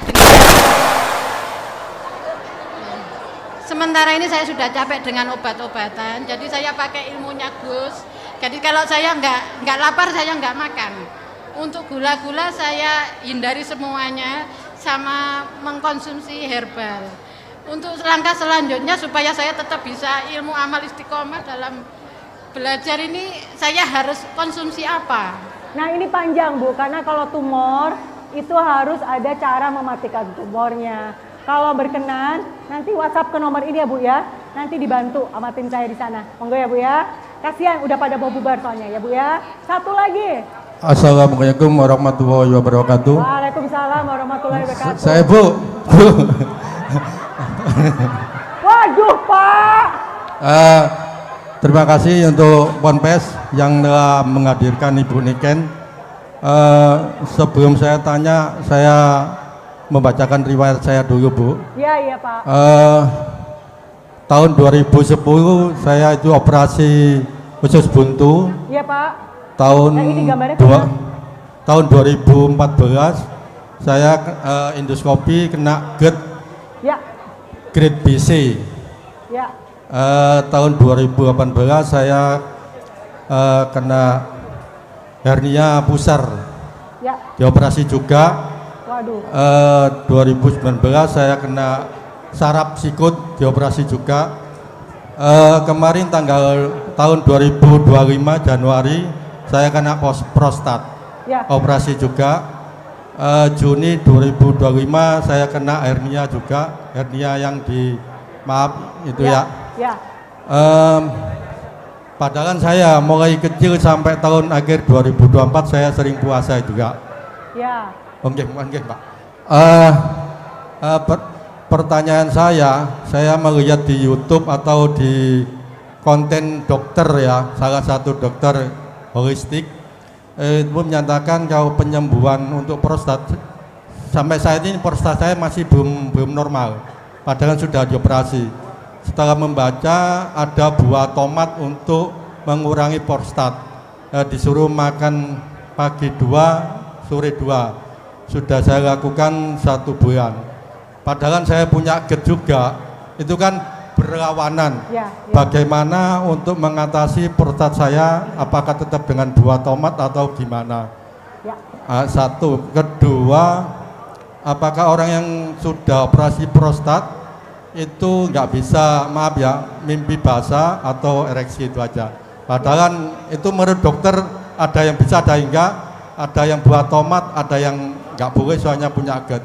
Gitu aja. Ya. Terima kasih dok. Makasih. Makasih. Assalamualaikum warahmatullahi wabarakatuh. Waalaikumsalam warahmatullahi. Nah, ini penyakitnya bapak-bapak. Prostat itu mulainya dari gula. Kalau bapak masih tetap mau makan tomat tapi makannya tetap sambung pakai nasi, masih pakai jagung, masih pakai kentang, masih pakai ubi, ya sama aja prostatnya nggak sembuh-sembuh. Jadi stop gulanya, Pak. Nanti Kak, untuk detailnya gimana kalau misalnya Bapak masih bingung harus gimana, Bapak bisa WhatsApp nanti ke tim saya. Nanti bisa dibantu gitu ya Pak ya.